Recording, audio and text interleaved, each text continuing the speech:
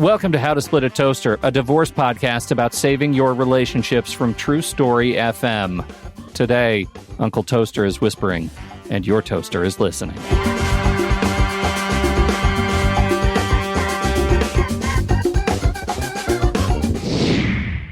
Welcome to the show, everybody. I'm Seth Nelson. As always, I'm here with my good friend, Pete Wright. Today, we're talking with Peter Young, a former sports broadcaster who found himself sucked into a cult for nearly 20 years.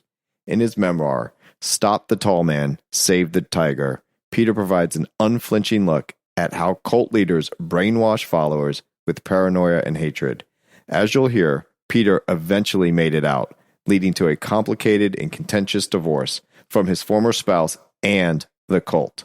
Today, he's a novelist living in Montana, and he joins us to discuss his harrowing experience and what he learned along the way. Peter, welcome to the Toaster. Thank you, guys. Appreciate it. Great to be on. Seth, you got to know, we're going to hear a crazy story. Also, I feel like I've been following Peter around most of my life. You know, he was a coach at CU right around when I was there, a little bit before when I was there. I went to undergrad in Jersey. He's from Jersey. And now he's on this show. It's like it was meant to be. Meant to be, Seth. When we hear what we're going to talk about at this show, I'm now very concerned. Yeah. This is an amazing story. And I have the benefit of having had a conversation with Peter about this a month or so back when we were trying to get started. And I have plowed through the book. And the story involves your marriage and, without the better way to put it, your marriage to your former spouse and the cult that you were a part of, and your extrication from that cult. And it is a fascinating story. I wonder if, we want to talk about the complications of the divorce process as we get in here, but I don't think we can get into the divorce process until we set it up with what actually happened to lead you to find yourself part of a cult. Should I give you the quick Reader's Digest version? Let's Reader's Digest it, yeah. So I'm in Southeast Idaho, Pocatello, Idaho, doing the 6 and 10 sports for the local ABC affiliate. I meet this woman who is the love of my life, Paige. She's tall and blonde, athletic and Christian, and I think we're going to have the greatest marriage ever. But before I ever even met her, I was kind of warned by a friend of mine that said, she and her family have this weird family guru. Well, the weird family guru turned out to be Uncle Robert, who was not related. Uncle Robert, over the years, we were married 20 years, slowly but surely just took over our lives, our marriage, parenting, communication, intimacy, you name it. I was skeptical of the guy for many years. Paige listened to everything he said, revered the man, was brainwashing, probably has been almost her whole life. I finally got worn down. About 17 years into our marriage, I got brainwashed as well. I just gave up. I was so sick of fighting it and going along to get along with my wife and save my marriage. And in the end, it really wasn't good enough.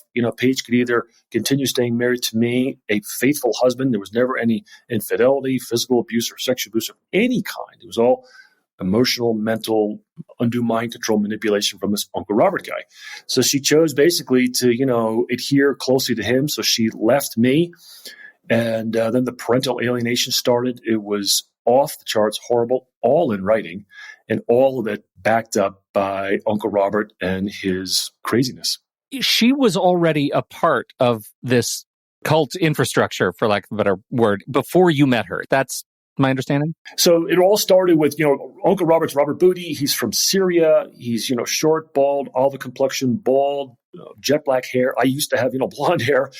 So my family and Paige's family look nothing like him. So we're not related. Uncle Robert, got to know Paige's parents at a tiny seminary before Paige was even born. And so Paige, knows no other life. So yeah, she was always kind of sucked into the same. She was born into it. You do a fantastic job in the book of diagramming the nature of your relationship by the letters that go back and forth between you. And at one point you're talking about how early in your marriage about how divorce would feel to you. And she says, no matter what the lawyers of the court said, she would simply refuse to sign a divorce decree because it went against the word of God. And that feels foreboding now that we know how that story plays out. I don't know if that word or any word does it justice what it's like to read that now, because she was so firm about it and believed so wholeheartedly that it would never happen. So I never worried about it. So even when it got really bad, and if you read my book, you'll be like, oh my gosh, Peter, that's really bad. Why don't you see it? Even till the end, the bitter end, I thought it won't happen. We won't get divorced. But if it happened. Seth, do you do a lot of cult divorces? Well, funny that you mentioned that. No. No, I have not had a party on either side of the cases I've been involved in that I am knowingly aware that we're in a cult. There are always what I call ghost people around. And and what those people are the parents and the grandparents and the friends and that people talk to. And I know they're there, but you just can't see them. That's why I call them the ghost people. And they are always influencing the client. And one of my big rules with clients are don't talk to anyone about your divorce. And they're like, what? I can't talk to my friends? I said, you can talk to your friends. You don't have to take my advice. My advice is that you go get mental health counseling. You can go once a week and you can talk to that person about your divorce. You can talk to them about with me. But every single person you talk to is a potential witness in your case. And why are you going to drag them into court?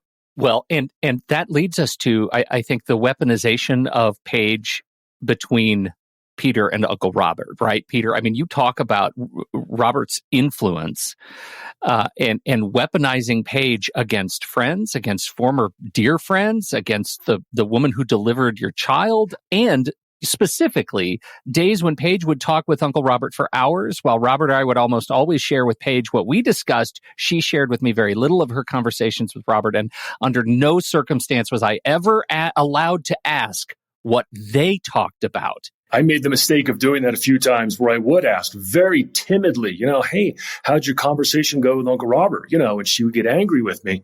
And, your listeners might be thinking, well, what was your wife doing talking with another man for hours at a time? Which obviously a great question.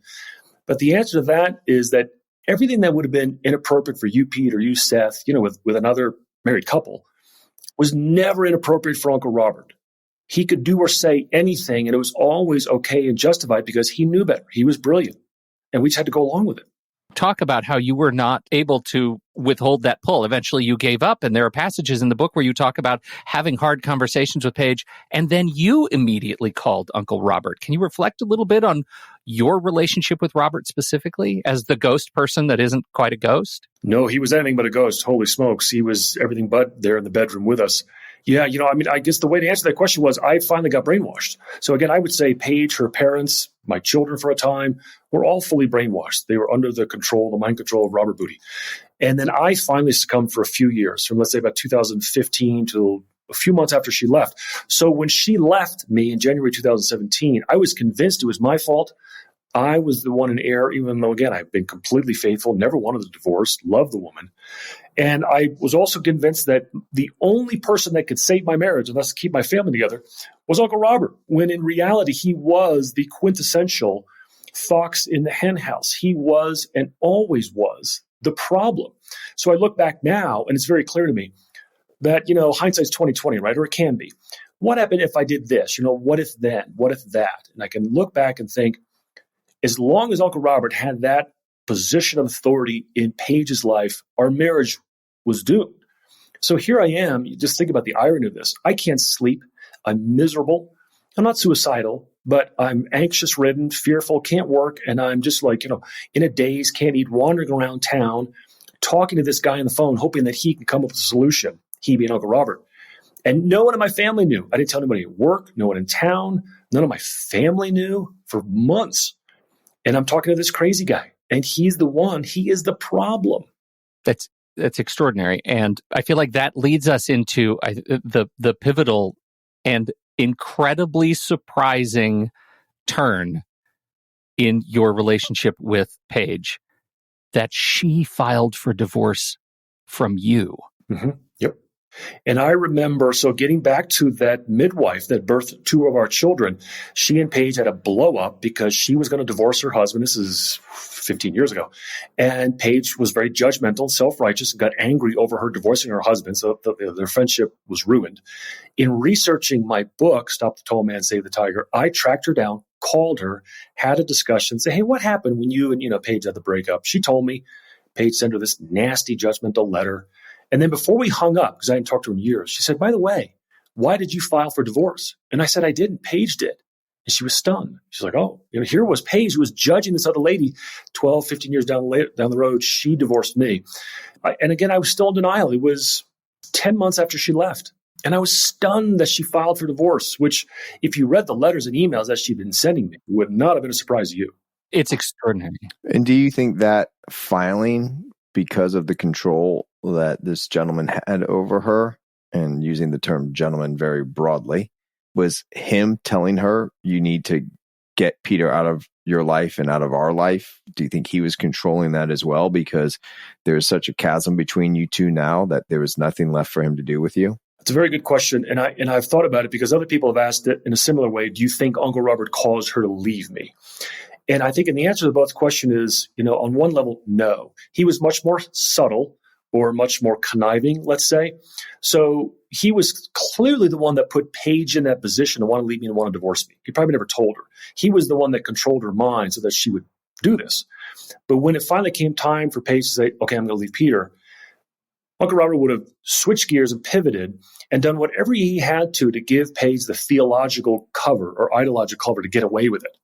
Because Paige was always first and foremost Uncle Robert's most important convert, important follower. So I was just like a hanger-on, right? I was just like, if she was Snow White, I was one of the dwarfs. That leads me to my actually original question.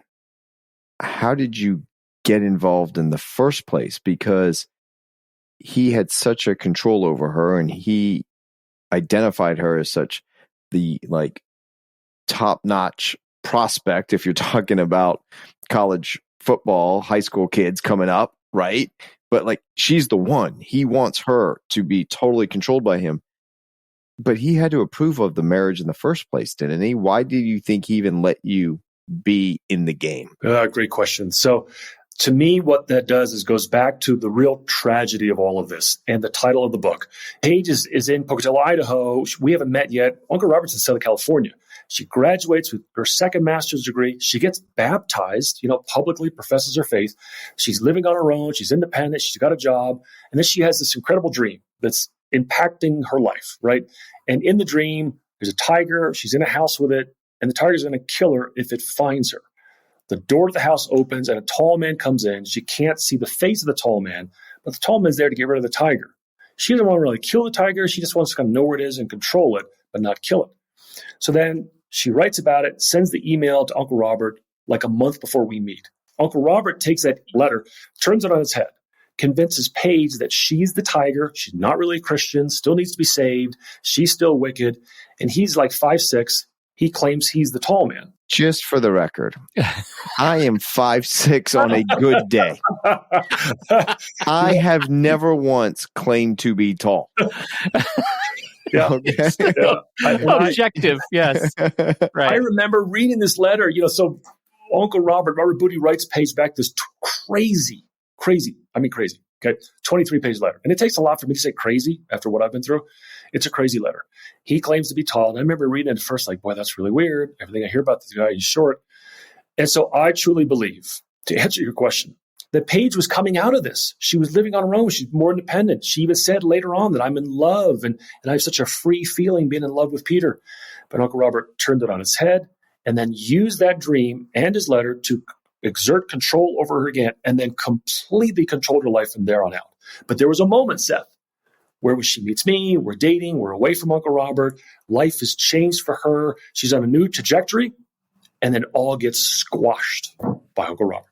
Wow. I even shiver, even the fact how easily you say Uncle Robert. And Pete, my amazing co-host, says Uncle Robert. I don't even want to call him that. Yep. I think it elevates him in a way that's why I called him a gentleman before. I mean, so was it required, everyone just had to call him Uncle Robert, or is that just how it became his name, or just that in and of itself, I find very bizarre. And I'm sure other people drove them nuts. I remember I would talk to people after the fact, and one guy's like, who's this Uncle George? And, oh, no, it's Uncle Robert. For me, it was Uncle was his first name and Robert was his last name for 20 years. it may have taken me a year to even find out what his last name was. So I remember when I got out of it, when I'm kind of deprogramming myself, I'm no longer brainwashed. Paige's younger sister, who had been vilified viciously and shunned by the family because she opposed him, said, "Why do you call him Uncle Robert?" And I don't know, I just do. She said, "That gives him authority that he doesn't possess." So you're right. So, it's just so easy for me to fall back in that pattern and call him Uncle Robert when his name is Robert Booty. So I try and call him Booty. But my kids called him Grandpa Bob. Wow. My former father-in-law called him Dad. So, I mean, even when you introduce him in the book as a Middle Eastern Santa Claus without the white hair. Like, that engenders a feeling of affinity with this person that is, by the end of the book, ill-deserved. Yeah, and so what I did in the book was, I tried to tell the story as through my eyes. And so back then, he was always Uncle Robert. Yeah. First kind of creepy, kind of weird, and then he was the end-all. And then near the end of the book, he's now Booty again. He's just Booty, and he is a wicked, evil cult leader. How is your transition during the divorce, divorcing this woman who you didn't even file? You were shocked that she did. Tell us about that, because I'm just imagining our listeners out there saying to themselves, as I'm hearing this, it's hard enough going through a divorce. How do you get through a divorce and divorce a cult at the same time? So, part of the story is too that, Pete, that you'd read that, she said I would never divorce. A year or two into our marriage, her father just out of the blue was like, "I'm going to leave my wife." And he was matter of fact about it. And Paige got down on her knees and sobbed for like 15 minutes to convince her dad not to divorce his wife. And they stayed together because of Paige.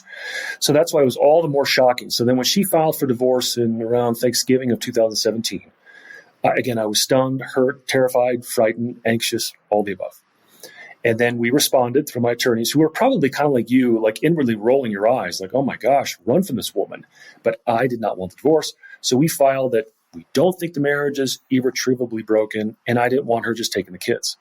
So when I did that, she called all the kids together and said, "Children, we have 5 kids. I need to speak with Peter, not your dad." And she vilified me in front of the kids and called me the devil, because I didn't want a divorce. Because you didn't want a divorce. Oh, my God. Yeah, I was the devil. And so then other people, I had been seeing a counselor for a while. She wanted to call Child Protective Services because I would show her the emails from Paige. They were that bad. She told me this after the fact. And then my attorneys were like, "You need a guardian ad litem." I'm like, "What in the world is that?" So they told me. And I was scared because I thought Paige and Uncle Robert Booty would be upset with this. Well, like, who cares? And of course they were livid. And then the guardian ad litem, again, to your point, Seth, like, it's hard enough going through a divorce, but then the one spouse is convincing your children and terrifying them, by the way, they're terrified of her, that you are Satan, sorcerer, and the devil. You got that going on. And the kids are believing her. And then the GAL wrote a jaw-dropping report, and the judge adopted it, and the kids got sent back to me, our 3 youngest, and they were with me for 5 years. Yeah, and that's just pulling the veil back, right? Because when a guardian ad litem is there, that person, as we've talked about before, Pete, is there to represent on what they believe is the best interest of the children. So they go meet with the children, meet with the parents, talk to collaterals, see their home environment, look at their school records, and then they write a report, and then they go to court. They are put on the stand to discuss their findings, and one lawyer is usually happy with the findings because they're saying, "Hey, Peter's lawyer's loving this. Kids are coming back." And then that guardian ad litem will be cross-examined by the other lawyer and has to kind of defend their report and their opinions and the way they collected their information and synthesized it and analyzed it and came to a conclusion. In Peter, your case, it worked out where the kids then came with you. Yeah, and if I can kind of touch on guardian ad litem. So I know that guardian ad litems and parental alienation are, I didn't realize this, but are quite controversial. The concept of parental alienation is quite controversial. People just don't think it exists. It's been made up. I can tell you categorically, in my case, that they got it right. The guardian ad litems, we had 2, did a very good job.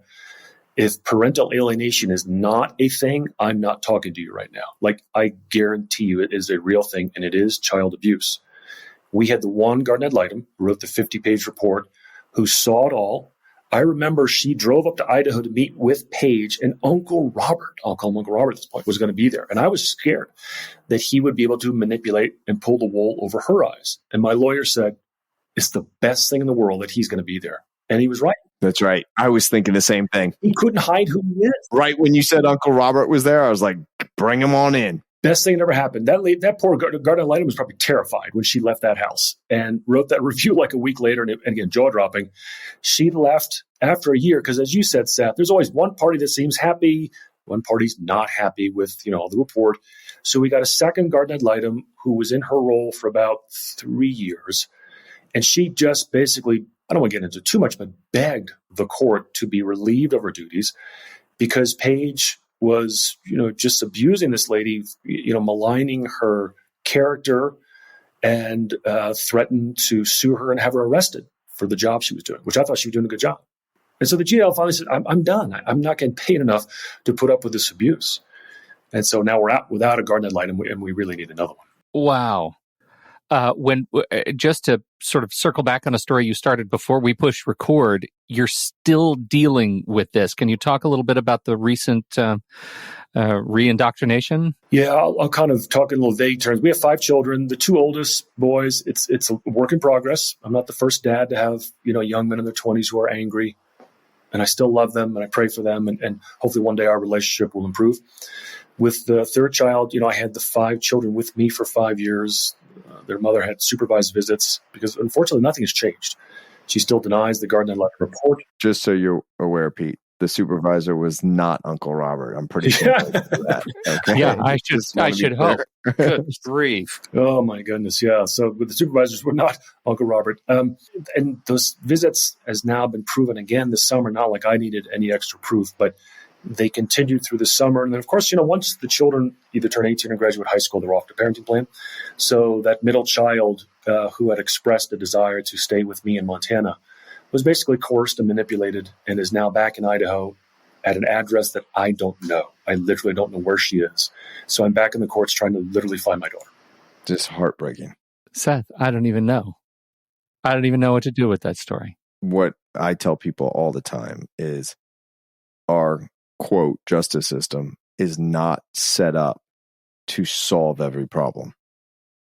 And this is a problem that might be unsolvable through the court system. And even there's mechanisms to become a guardian of an adult, right? If they can't take care of themselves. And that can be used very broadly depending on the state law. Check your local jurisdiction. And there's been stuff recently in the news, Pete, that you've seen with Britney Spears, right? Right. There's all sorts of things you can do to have a third party be quote unquote in control of somebody else. But it's usually there to protect the person that can't protect themselves, right? And that is what Peter is describing here is a relatively young adult who is over 18, who is being manipulated. And the court system's like, yeah, I agree. You now can go handle their finances, make sure that they're safe, but you got to find them. And there, without going into too much detail, there are extenuating circumstances with this daughter in terms of health injuries that really would lead any rational adult to say she may be 18, but she's not an adult. She needs care. And Paige manipulated that situation and took advantage of it. So, we're trying to find her. I've got now attorneys in 2 states trying to deal with this issue. Because, that's what they say, Pete, is 2 attorneys is better than 1, especially in different jurisdictions. Check your local jurisdiction. Yeah, exactly. Mm-hmm. Terrible. Unreal. It's just unreal. So let's get back to, if we can, the divorce process. You're in it. You got the guardian ad litem. She filed. Do you end up going to a trial? Does it end up settled? Like, you're in court. The judge says, these kids are going with you? Well, the whole process from the time she filed to when we got divorced was almost 3 years. So she filed for divorce around Thanksgiving in 2017. The Garden ad litem report came out in May of 2018. The children got sent back to me right away. Because again, it's not this is a tough call. Every single adult professional who's looked at our case, it is 100%, wow, this is obvious. Okay. So the kids got sent back to us. And then there were certain things that Paige needed to do that were required according to the judge, adopting this parenting plan and the guardian ad litem report. She dragged her feet, didn't want to do it. We finally did have a court hearing. That was in about a year after she filed. And boy, it did not go well for her. Her lawyers were not good. And they were giving her horrible advice. And it was obvious what she was doing was just horrible. Then we were ordered to go into, mediation. But as a part of mediation, it was, we're going to go into co-parenting counseling, which went nowhere. It was like me and Paige and this young counselor who's never been married, never had kids, in this room the size of like a phone booth. It's really awkward. And, Paige is calling me, abusive and narcissistic, and she's very angry, and it just didn't solve anything. So we went to mediation twice. We didn't have much money to split either. I mean, I was broke, quite honestly. Embarrassed to say it, but I was. So money wasn't the issue. It was all about the kids. It took 2 years. And we finally just, back and forth. She went through 4 attorneys. She now represents herself pro se. I mean, the attorneys who had to help her out, it was an impossible task. And so do you end up in a trial? No, we finally hammered it out. We had mediation sessions in person with a mediator. Now, in Montana, we're in separate rooms. So she's in one room with her attorney. I'm in my room with my attorney. And the mediator, who was another Montana attorney, would go back and forth between the rooms. We're there all day. We did that twice. We got through the financial aspect. On one day, that was pretty easy. And then a couple months later, we tried to hammer out the parenting plan with the kids, because that was always the issue. And basically, you got the kids? Yep. I'm really curious about the Uncle Robert influence on the court activities, the mediation activities. At what point do you see that ideological influence seeping into the actual divorce process, if at all? Well, it certainly seeped into every single thought, deed, and word coming from Paige, spoken or written. When we got the guardian ad litem, or asked the court for the guardian ad litem, Paige wanted nothing to do with it. She didn't want any lawyers involved. First of all, she only wanted Uncle Robert there to be her mediator. And so then, we, of course, said, no, thanks. We're not going to do that. And then during the mediation sessions, she wanted Booty there to be in the room with her. And the lawyers were like, no, thanks. We're not going to allow that. I will say this, he never showed up in court because the guardian ad litem report said, listen, Paige, you either disassociate yourself with him or you and he got to get an evaluation here. I can't go into too many details, but you either leave him or there are consequences. So he kind of drifted to the background. I haven't seen her spoken to him in, 5 years. But I will tell you this, her 4th attorney was a guy I'd never heard of, nor had my attorneys heard of, middle of nowhere, Montana, small town. And I looked the guy up, we were all like, how did she find this guy? Again, it's her 4th attorney. And Robert Booty, apparently, as he claimed, and other people I can verify this with, was one of the highest degrees in masonry. So we looked up this attorney, this guy, older guy in small town Montana. And sure enough, blessed brother so-and-so was, one of the highest orders of masonry. So we were pretty sure that Booty tabbed this attorney, and he was the guy that finally got the deal done. So let's touch on a couple of things you mentioned as really themes running through this that I think are common to a lot of our listeners. You're not the only one out there where one parent is trying to convince the kids they should live with them and not the other parent. That happens all the time in subtle ways, very overt ways, very obvious ways, all sorts of things. Qualifying question. At what point can it be just considered straight up kidnapping, right? If you take your child off the grid so the other parent can't find them anymore, when is that breaking more laws, right? Yeah, so that's a criminal question. When is kidnapping? And so every state defines it differently. And then there's, international kidnapping laws, there's national kidnapping laws. In essence, Pete, it's what you said. It's when you take them, no one knows where they are, you're changing your name, they're off the grid. And they're under 18. Yes. And that's different than the parenting plan says it's dad's weekend and I'm keeping them.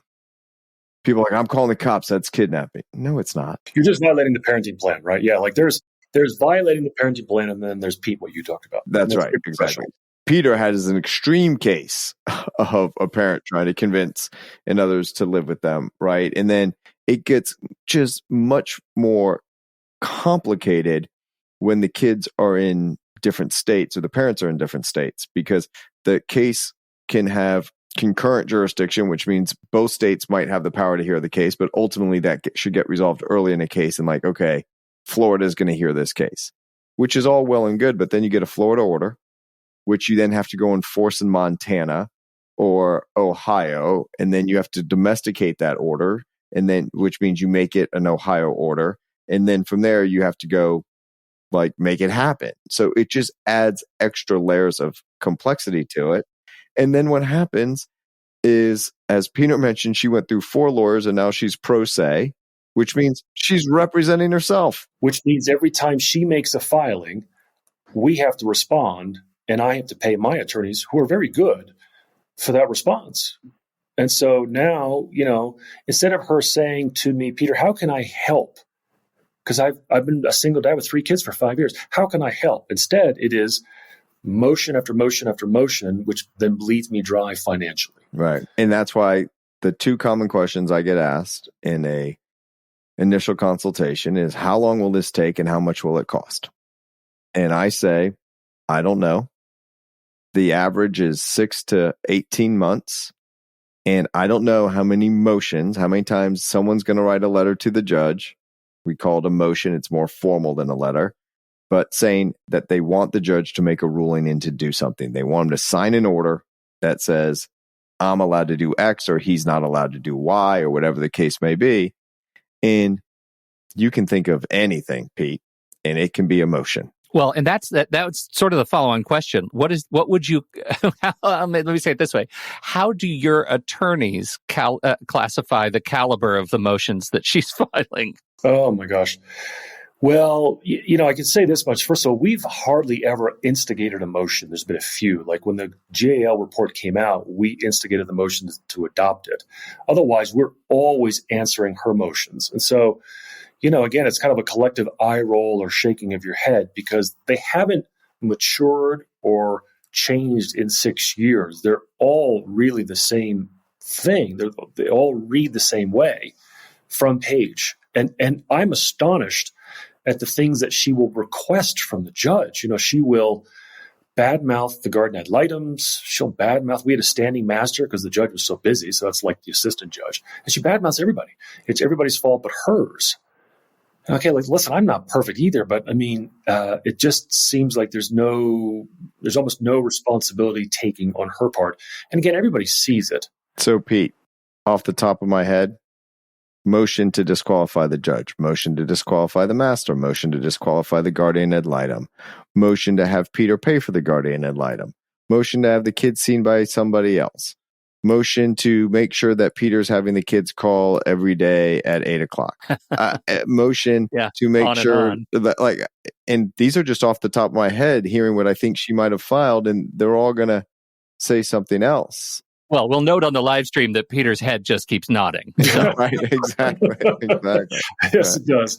Because the ones you just rattled on the top of your head, we've had most of those. Yep. Yeah.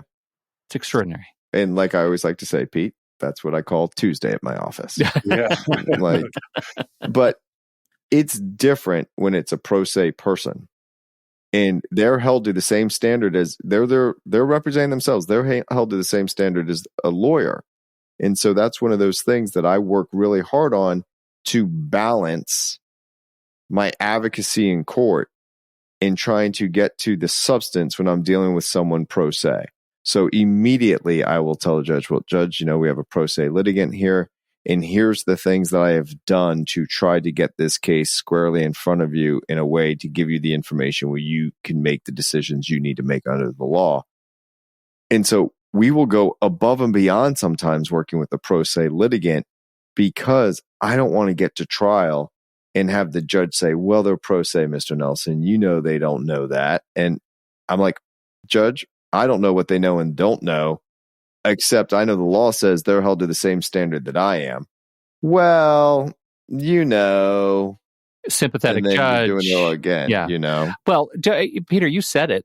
Do you think it's part of her strategy to file all these things and she gets to avoid all the costs on her end and yet bleed you on this? I mean, I am presuming a vindictiveness that may be unearned. Do you think that's part of her manipulation? Well, I think you are accurate with the vindictiveness. I don't think you've gone too far there. If you know your Bible, there's a story in the New Testament. Christ tells us very brief about an old woman, and she's not getting justice. So what she does is, it's like 3 or 4 sentences. She complains to the judge over and over and over again. And so then the judge basically says, good grief. Like, I don't think this woman is correct, but she's driving me crazy. So I'm going to give her what she wants. Again, I'm paraphrasing, but it's in the Bible. Effectively. I believe that's what she is doing. She is going to just keep wearing me down and hopefully one day just wear me out to the point where me, my lawyers, the judge, everybody just says, fine, whatever you want. Yeah. Now, it's not going to happen with me. So one of the issues, though, that Peter has is it costs him money. So how do you save money on that? A lot of advice that I give when I'm dealing with a pro se person that's filing these types of motions is simple, unless I'm required to under the rules. I do nothing. The motion comes in, I read it, my team forwards it to Peter. We set up a 10-minute call. I talked to Peter. I said, did you review it? Yes. I said, did you read it once? Yes. I said, we're going to talk about it. You're going to put it away and not look at it again. And then we talk about it. He puts it away. We don't look at it again until such time as they set it for a hearing and we're in front of the judge. Yep. You're not required to respond to all these things, what you're saying. Well, it depends jurisdiction by jurisdiction. And even within the jurisdictions, Pete, there's some motions that you are required to respond to and others that you're not. Okay. If I am not required to respond, I'm not going to respond. I'll just bring it up to the court at the time. And we will often, I don't know if there's been any that we have not responded. There's been maybe 1 or 2, but we will almost always respond. But we'll do it in such a way, Seth and Pete, that she will make a filing to the court. In other words, like after the first court hearing where she really got hammered, the judge kind of laid down the law, no, ma'am, you need to do X, Y, and Z, right? It was really, I felt bad for her. It was a bad day. A few months later, she just felt like my story hasn't been out there. So she sent to the court a filing that was 128 pages. And I remember my lawyers are like, boy, this was annoying to read, right? And I said, yeah. And he said, well, what do you think the judge is going to think? So she will often do filings that are like 60 pages, 40 pages, whatever. And we respond with like 2, where we say, listen, we're not going to respond to all this. We take objection to it all, but I'll just point out 2 or 3 points here where it's really egregious. And we leave it at that. And Peter, I haven't looked at your case file at all. I haven't read a pleading, a motion, the docket, anything. That is great lawyering. Yeah, they're very good.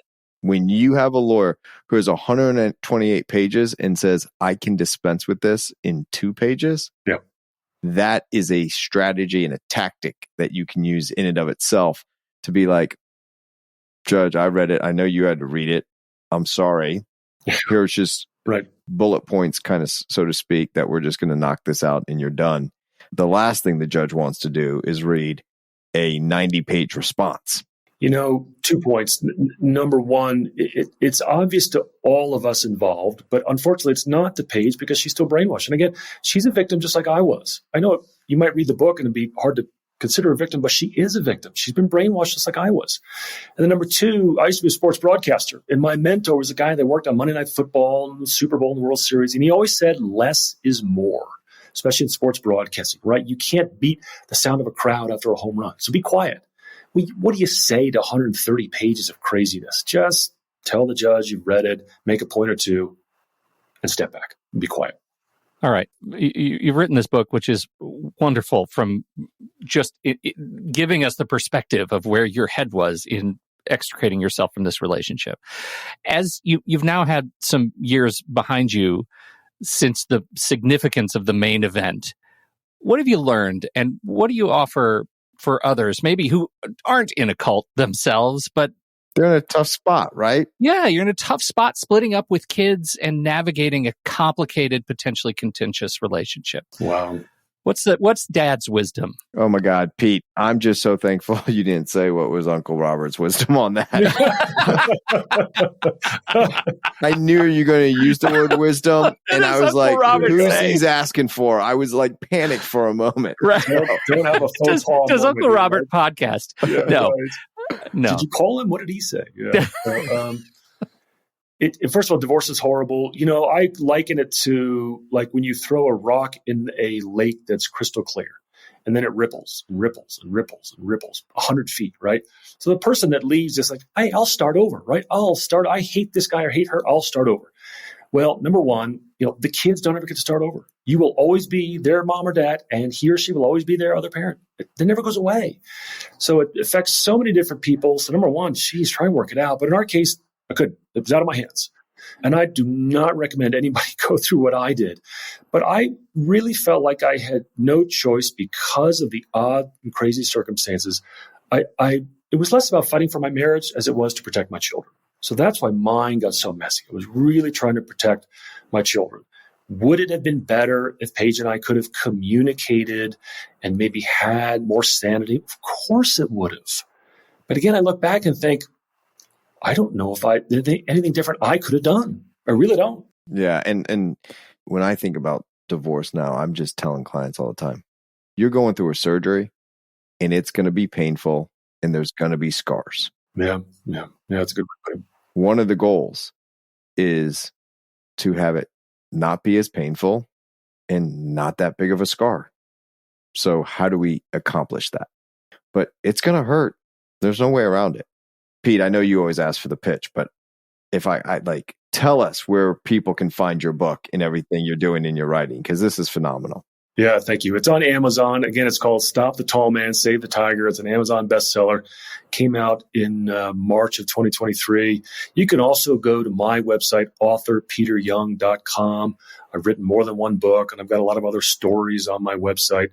I consider myself a storyteller, and unfortunately, I have a crazy story to tell, but I do think it also has value and that it's an important one to tell. Links in the show notes, everybody. Just swipe up. They're right there. Send you straight to Peter's work. Peter, cannot thank you enough for your willingness to sit down with us and tell us this story. It's an amazing story, and grateful you survived to tell it. Yeah, Seth and Pete, thank you. I've done a lot of podcasts, but never from this angle. And I guarantee you, if you had told me 20 years ago or 5 years ago, you are going to be on a divorce podcast, I would have punched you or fainted or who knows what, but it's been fun. So thank you. If you had told me 5 years ago we would have been hosting a podcast with amazing guests and all these downloads, I would have told you you're crazy. So we're in the same boat, my friend. Yep.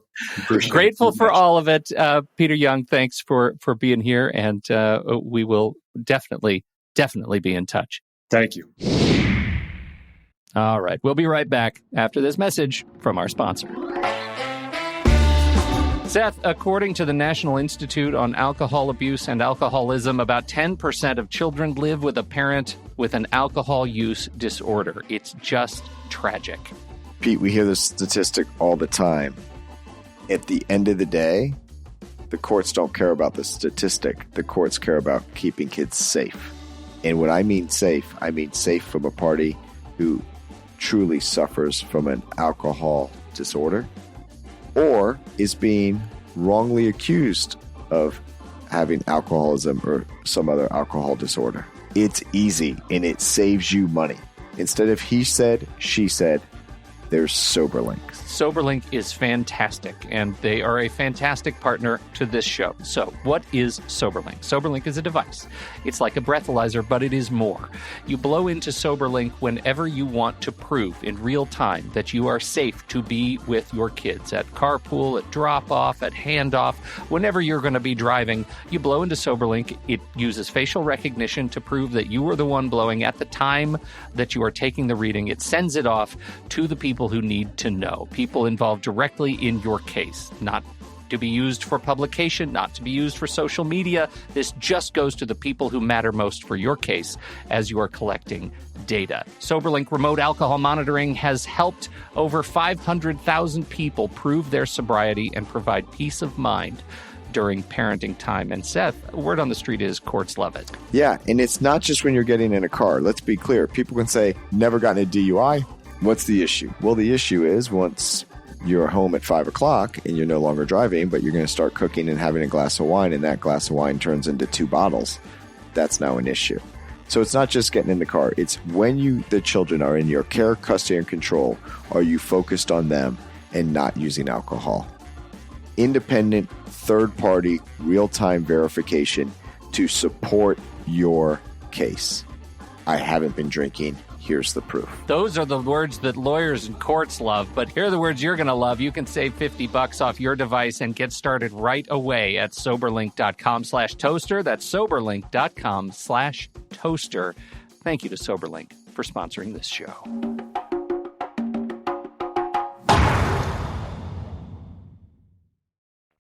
Seth, that was incredible, and it's very timely that we actually have a listener question that relates in some part to the story we just heard.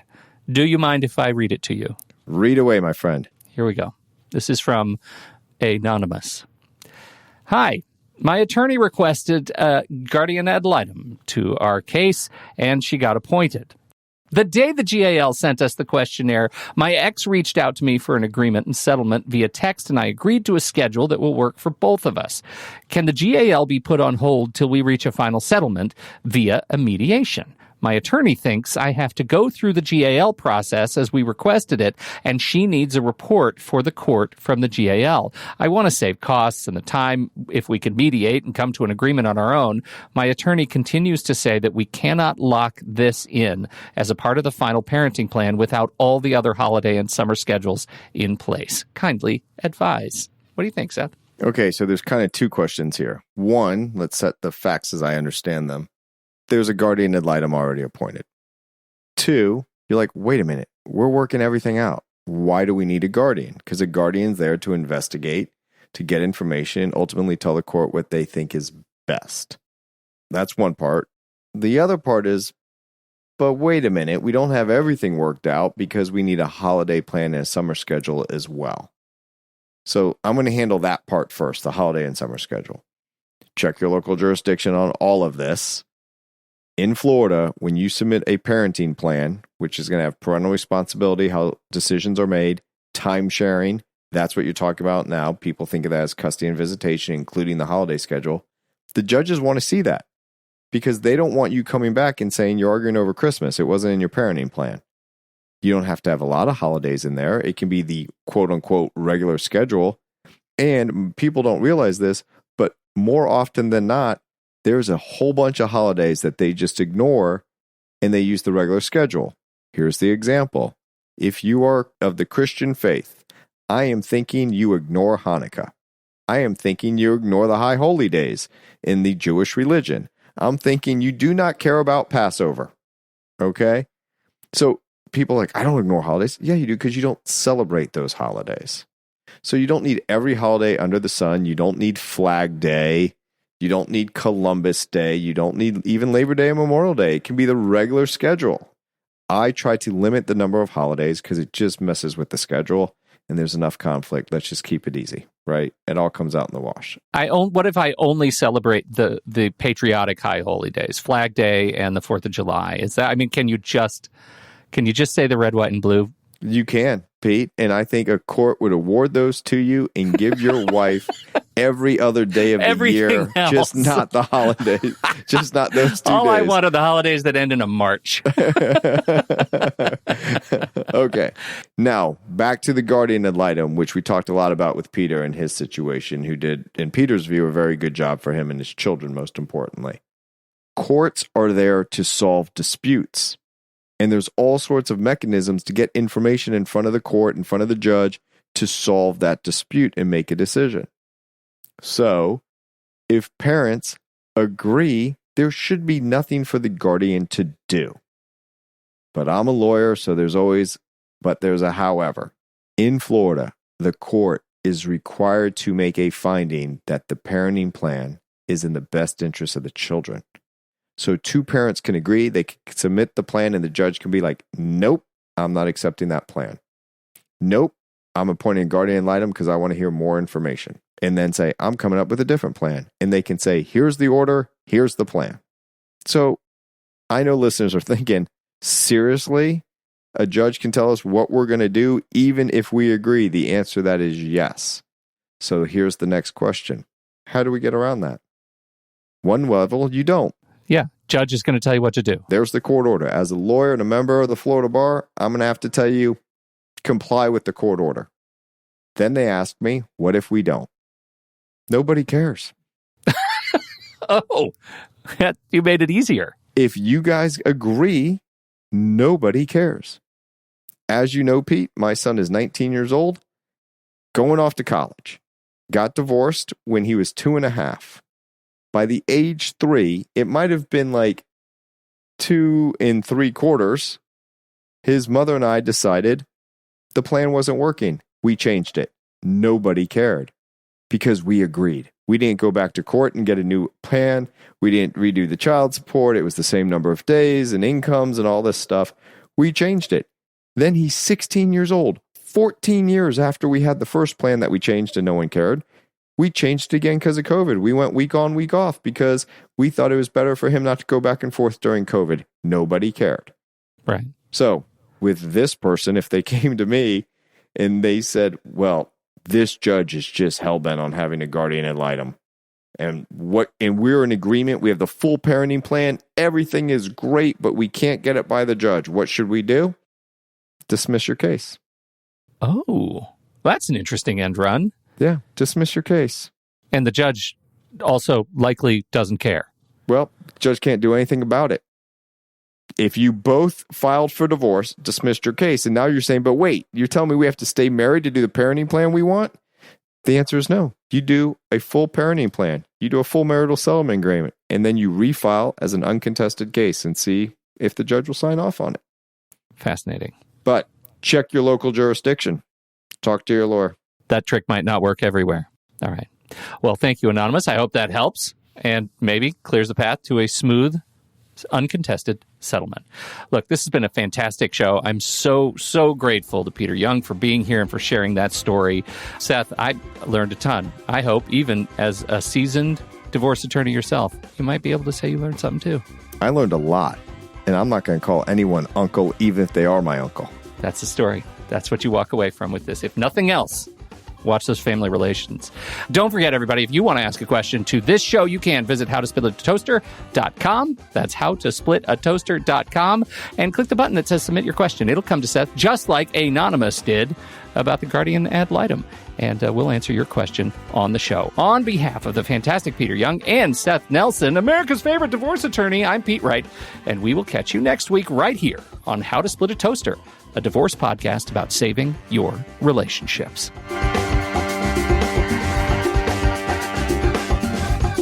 Seth Nelson is an attorney with NLG Divorce and Family Law with offices in Tampa, Florida. While we may be discussing family law topics, How to Split a Toaster is not intended to, nor is it providing legal advice. Every situation is different. If you have specific questions regarding your situation, please seek your own legal counsel with an attorney licensed to practice law in your jurisdiction. Pete Wright is not an attorney or employee of NLG Divorce and Family Law. Seth Nelson is licensed to practice law in Florida.